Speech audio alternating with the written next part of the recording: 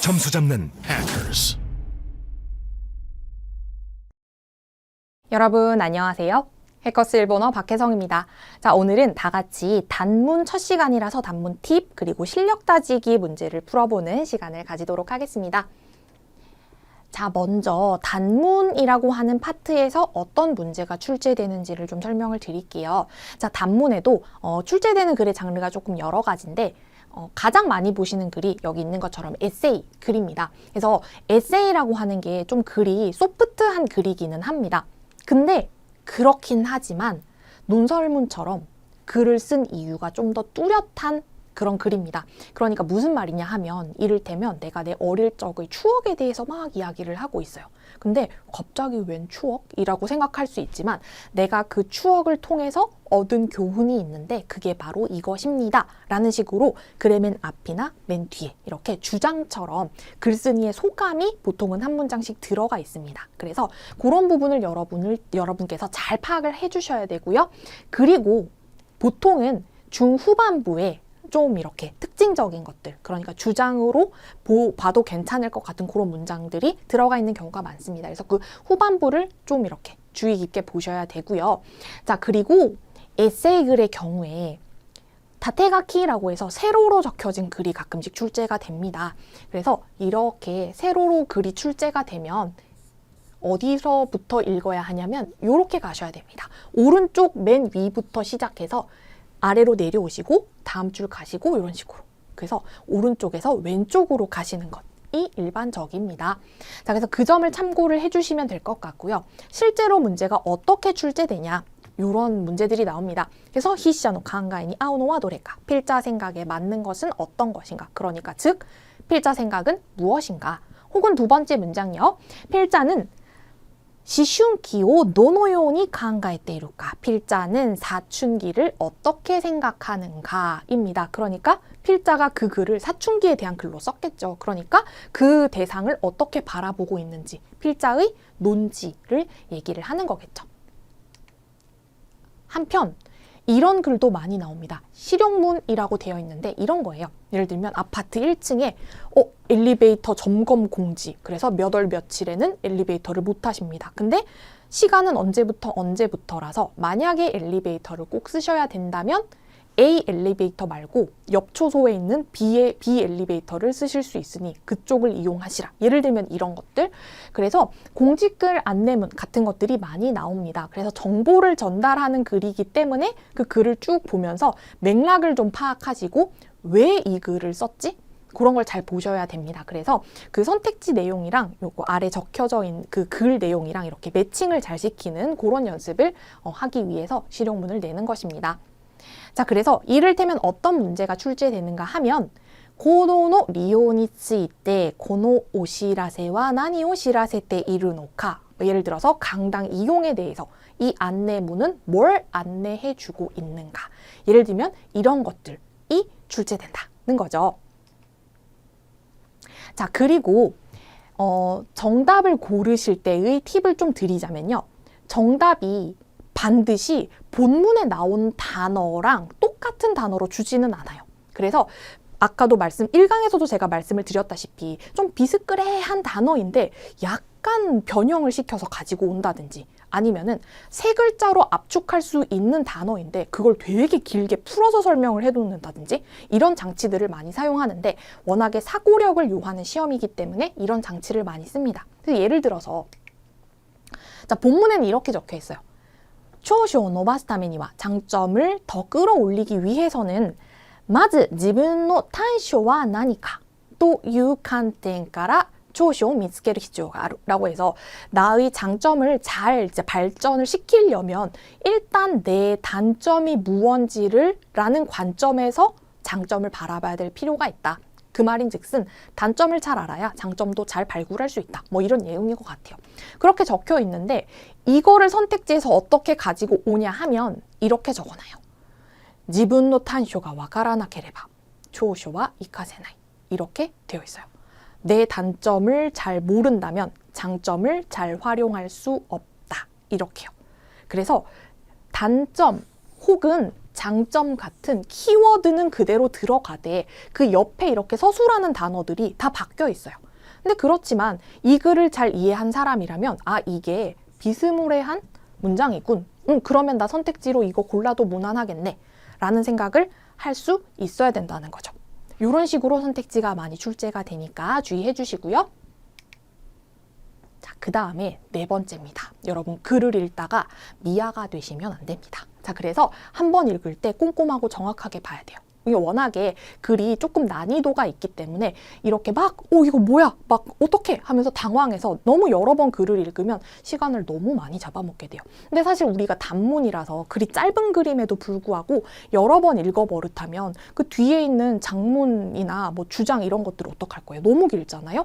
그래서 사실 시간을 이런 데서 많이 절약해서 뒤에서 쓰셔야 돼요. 그래서 그 장문을 읽는데 충분히 시간을 들이기 위해서는 여기서 시간을 좀 아끼셔야 되는데 어떻게 하면 그러면 한 번에 정확하게 읽을 수 있을 거야? 그게 뭐냐면 여러분, 문제부터 일단 먼저 보세요. 문제를 보고 그 문제의 문제에서 얘기하는 내용에 입각해서 글을 조금 읽으시면 이해가 편할 수 있습니다. 자, 그래서 꼭 지문 먼저 보시라는 거. 자, 그 다음에 마지막입니다. 제가 청해에서도 말씀드리고 독해에서도 말씀드리고 늘 매번 말씀드리는 건데 N1은요.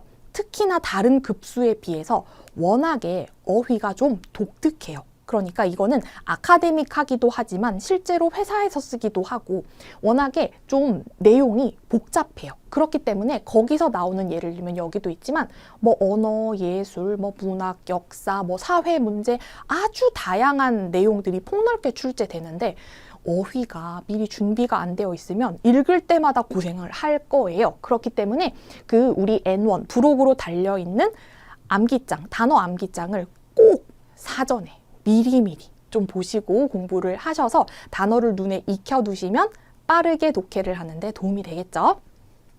자, 그러면 본격적으로 문제 한번 같이 풀어보도록 할게요. 자, 문제 먼저 한번 볼게요. 히샤노 칸가에니 아우노와 노레까 라고 해서 필자의 생각에 맞는 것은 무엇인가? 그 말인즉슨 이 필자의 주장을 보시오, 주장을 찾으세요 라고 하는 문제입니다. 자, 물론 처음부터 글을 보셔도 괜찮지만 일단 여러분이 지문 이렇게 받으시면은 좀 멀찍이 떨어져서 글을 한번 보세요. 왜냐하면 이렇게 멀찍이 떨어져서 글을 보면은 이런 것들이 눈에 툭툭 걸릴 거예요. 자, 예를 들어서 중간에 시카시라고 하는 표현이 들어가 있는데 이 시카시는 역접의 접속사잖아요. 그러니까 이 앞부분도 있고 뒷부분도 있지만 그러나가 들어가니까 이 뒷부분이 훨씬 더 중요하겠구나 라고 하는 전략을 미리 세울 수도 있고 그 다음에 야바이 라고 하는 단어가 이렇게 괄호 안에 들어가 있어요. 그래서 이 괄호 안에 들어가는 표현은 대체적으로 두 가지예요. 첫 번째는 대사. 근데 사실 우리가 이게 뭐 연극 대본 같은 것도 아니고 그렇게 대사를 이렇게 우리 글에서 볼 일은 별로 없거든요. 근데 대사가 아닌 경우에는 어떤 거냐 하면 이런 식으로 필자가 강조해주고 싶은 거. 그러니까 한국으로 치면 이렇게 작은 따옴표 안에 되게 강조하고 싶은 워딩을 넣잖아요. 그래서 그런 것처럼 이 부분 주목해서 봐주세요 라고 하는 단어를 안에 넣어놨어요. 그래서 이 지금 글이 전체적으로 얘기하고 있는 게 뭐냐면 야바이라고 하는 단어의 어떤 특징에 대해서 설명을 하고 있습니다. 그래서 요거를 주의해서 보시면 될 것 같은데 자, 일단 첫 번째부터 한번 보도록 할게요. 자, 와카모노의 고의력을下げている原因の一つが若者言葉やばいである. 이 데아루는 뭐뭐이다 라고 하는 다랑 같은 표현입니다. 그래서 이 어린 친구들의 젊은 친구들의 어휘력을 끌어내리고 있는 원인 중에 하나가 이 와카모노 코토바, 이 젊은 친구들이 많이 쓰는 말인 야바이라고 하는 표현입니다. 원래 야바이는 뭐 위험하다 이런 표현인데 일본에서 요즘 뭐에다가 다 야바이예요. 이거 되게 맛있다. 야바이. 이거 진짜 짱 맛있는데. 그래 야바이. 이런 식으로 야바이라고밖에 얘기를 안 해요. 그래서 사실은 위험하다인데 뭐 완전 맛있어. 아니면 이거 완전 구려. 완전 별로야. 이런 식으로 할 때도 무조건 모든 거에 다 야바이를 붙여서 설명을 합니다. 자, 이게 이 어휘력을 내리는 원인 중 하나라고 하죠. 자, 모토모토와 히테이테키나 의미를 表すものだったが 원래는 부정적인 의미를 나타내는 표현이었는데 이마대와 자, 여러분 이것도 또 역접이 들어갔죠. 원래는 그랬는데니까 지금은 어떻다라고 해서 지금을 훨씬 더 중요하게 봐야 되는데 지금은 고대적이나 긍정적인 의미 데모 모찌라레테이루 사용이 되고 있다. 지금은 긍정적으로. 그러니까 와 이거 엄청 맛있어. 스고고이시 고래 야바이네. 이렇게 와 이거 진짜 죽인다. 막 이렇게 할 때 야바이 이렇게 씁니다. 근데 긍정적인 의미라는 거죠. 그런데 시카시 그러나 소노렉시와 이가이니모 후르쿠 그 역사는 의외로 좀 오래되어서 에도지다이라고 되어 있는데 한 1600년도부터 1800년도까지를 가리킨다고 보시면 돼요. 그래서 그 에도 시대까지 사카노보루 거슬러 올라간다. 現在問題視されている言葉が400年前にも使われていたとは뭐뭐라니. 자, 현재 문제시되고 있는 말이 400년 전까지도 400년 전에도 사용이 되었었다니 난 또 뭐 참 뭐라고 말하긴 좀 그렇지만 코케이라고 하는 표현입니다. 골개라고 하는 표현입니다. 특이하죠? 골개미라고 하는 거 고등학교 국어 시간에 나오는 표현이기는 한데요. 골개라고 하는 표현, 우스꽝스럽다라고 하는 표현의 한자어 굉장히 유식한 표현입니다. 그래서 이렇게 지금 문제시 되는 게 그 과거에도 이런 식으로 쓰였다는 거야? 참 우스꽝스럽다라고 하고 끝났습니다. 그러니까 이 말이 나쁘다 틀리다라기보다는 와 되게 재밌네 에서 문장을 끝맺음을 해준 거예요. 자, 그리고 나서 주장을 찾아라 라고 되어 있는데 자, 그러면 여러분 두 개 비교를 해보시면요. 1번은요. 원래의 말의 의미를 이해하지 않고 사용을 계속하는 것은 좋지 않다. 가치 판단이 들어갔죠. 옳다, 그르다. 그러면 이건 아닌 거고 정답은 2번이겠지만 역사가 있는 말이 와카모노 코토바로서 문제시 되는 것은 오모시로이 일이다. 재밌는 일이다.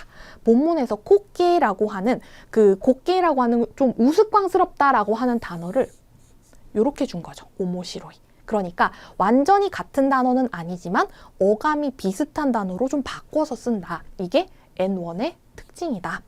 이렇게 보시면 될 것 같습니다. 그래서 정답은 2번이 되겠네요. 자, 먼저 첫 번째 문제입니다. 助言の仕方について筆者の考えに合うものはどれか라고 해서 아마도 이거에 대해서 이야기를 하나 봅니다.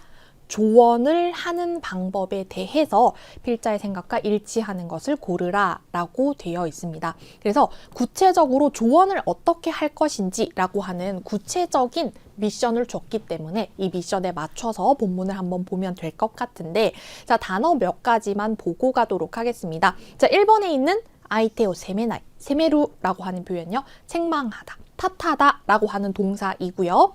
자, 2번에 있는 우나가스라고 하는 거는요. 재촉의 촉이라고 하는 글자가 들어가 있어서 우나가스, 촉진시키다 혹은 상대방을 재촉하다 이런 표현이 될 것 같고 자, 그 다음에 마지막 4번에 있는 아이테오 손조시 츠츠라고 하는 츠츠라고 하는 표현은 우리가 알고 있는 뭐뭐 하면서 나가라 라고 하는 표현이랑 유사하다고 보시면 될 것 같아요. 그래서 상대방을 존중하면서 뭐뭐 이런 식으로 되어 있습니다. 그래서 표현 세 가지 잘 기억하시고 본문 한번 보도록 할게요. 자, 그러면 본문 같이 한번 보도록 하겠습니다. 단인이 조겐스를 토끼 타인에게 조언을 할 때 相手を責めるように欠点ばかりを指摘する人は少なくないが 상대를 원망하는 듯하게 결점만을 발견해서 지적하는 사람이 적지는 않은데 여기서 분위기가 바뀝니다. 状況を改善するための効果的な助言がしたいのであれば 상황을 개선하기 위한 효과적인 조언을 만약에 하고 싶은 거라면 그리고 이렇게 베키다. 뭐뭐를 해야만 한다 라고 해서 이런 조언을 하십시오 여러분이라고 여기에 방점을 찍고 아주 강조를 해줍니다. 아이테오 손조시 상대방을 존중하고 その人が新しい行動を起こせるように導くことを意識するべきだ.